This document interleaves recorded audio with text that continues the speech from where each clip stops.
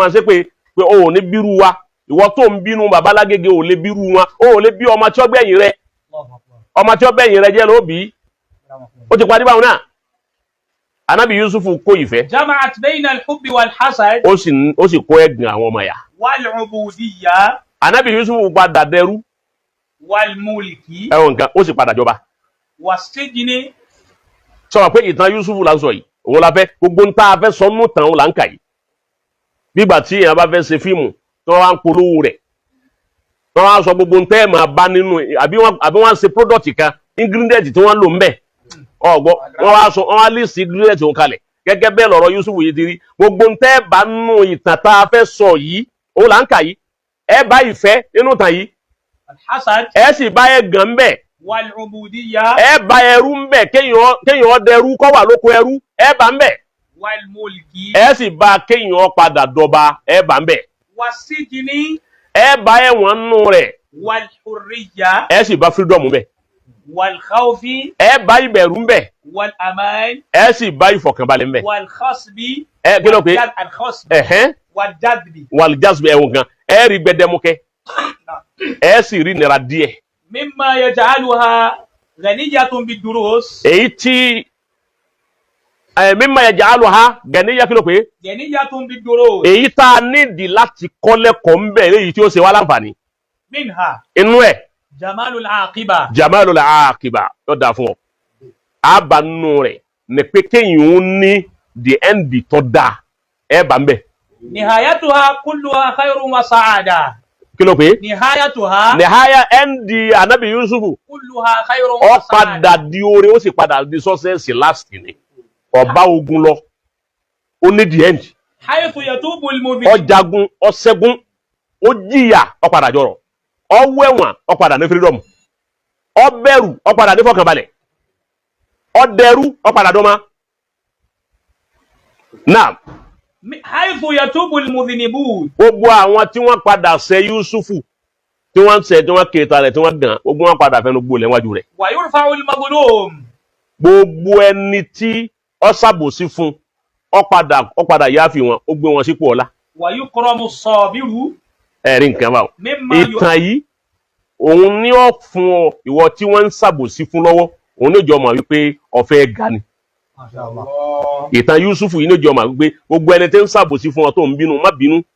ọ̀nà àbòsí tá ń ṣe fún ọ̀hún náà lọ tẹ̀gùn tó fi débi tọ̀ lọ. mimma yu'akkidu anna tadbira Allahi ghalibun ibẹ̀ ló ti mà wípé ètò Ọlọ́run ní padà borí anna tadbira Allahi ghalibun ètò Ọlọ́run ní borí at the end walillahi aqibatul umur Ọlọ́run ló ní the end ọ̀rọ̀ ọba mbẹ. minha nínú ta Yusufu yìí al-lutful ilahi òun ni ó jẹ́ ọmọ pé àánú ń bẹ lọ́dọ̀ Ọlọ́run tí í ṣe wa tadbir ìṣètò bọ́lọ́run tí í ṣètò ẹ̀dá ọmọ ètò ṣe ibẹ̀ ló ti mọ̀ bọ́lọ́run mẹ́tò ṣe wọ̀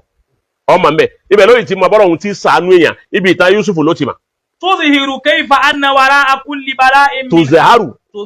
yóò padà hàn sí ọ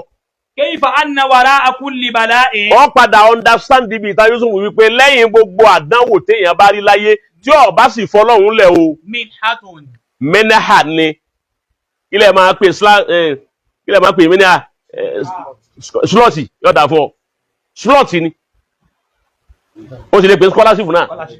ó lè pè scholarship bó o sì pè slọ́ọ̀tì náà kọ̀tà burú mẹ́ ọ padà rí wípé àwọ̀ mẹ́nẹ́hà bọ́ ọ bá kó àdánwò láyé tó kó gbogbo ìṣòro láyé at the end of the day tó o bá fọlọ́run lẹ̀ Ọlọ́run padà àwọ̀dù rẹ̀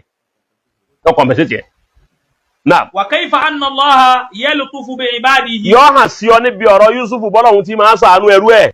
wa yudbiru lahumul khayra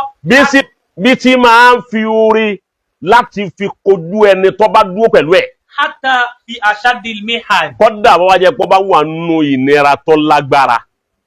táyé wò wípé àṣẹ́lẹ̀ yóò ní bá ogun yìí lọ báyìí ọkàn padà rí bọ́lọ́hun ó ti dé tí ó sì yọ ọ́ fúdá báyìí yóò wá náà ọ sókè ayọ́mọ̀ á wò wípé àbọ̀wọ̀n ní àkọ́ni last year tí gbogbo ayé kíbò sí rẹ̀ tí gbogbo ayé ń bá ajá tí wọ́n ń fa aki òun náà kọ́ padà wáyọ̀ yìí irú ẹ̀ ló ṣe fún bàbá lágége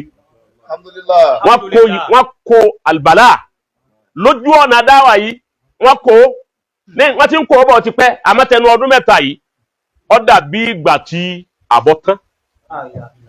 ọ̀tá rò kó ti tán Karamakumullah. ọ̀gbọ́ Ẹ̀gbọ́n yìí sà. Ọ̀tá ń rò kó tán. bẹ́ẹ̀ ni Àsókù. ẹlòmíì ti wá rò pé òun ti gbàgbóró àwọn míì ti wá ní àwọn ti wá gbàgbóró báyìí bàbá wa ń bẹ nínú rẹ̀ wọ́n ń yọ̀ wọ́n ń dunnú nígbà Ọlọ́run dé Karamakumullah. tọ́lọ̀ mú mi ní hàwá ó mú slot scholarship ẹ̀ wá Ọlọ́run sì wá mú bàbá alágége ó sì fà wọ́n yọ báyìí ó wá tún gbé wọn sérí àga padà ọgbọ́ kíní ọ̀hún tún wá ju tàtẹ̀yìn wa lọ Hayyakumullah. bí ti ṣe nù. Minha al-ibratu wad-durus. al-ibra wad-durus a rí òye ń bẹ a sì rí knowledge ń bẹ a rẹ̀ kọ́ ń bẹ Fiha nínú ẹ̀ durusun fil akhlaqi gbẹ̀yàn a rẹ̀ kọ ìwà ẹ wo tá a bá nú ọ̀rọ̀ Yusuf tá a fẹ́ à ń lé kalẹ̀ ló fa a bá ìwà ń bẹ was-siyasa. gbogbo ẹni ọba lè fi ìgbésí ayé Yusuf nú al-Qur'an ní suratu Yusuf yìí tó ọba lè ka bitafkir wa tadbir ọgbọ́ Àgbọ́yé. bitafkir wa tadbir ó ṣe tàdábùrù ń bẹ bitafakkur wa tadabbur ó digest rẹ̀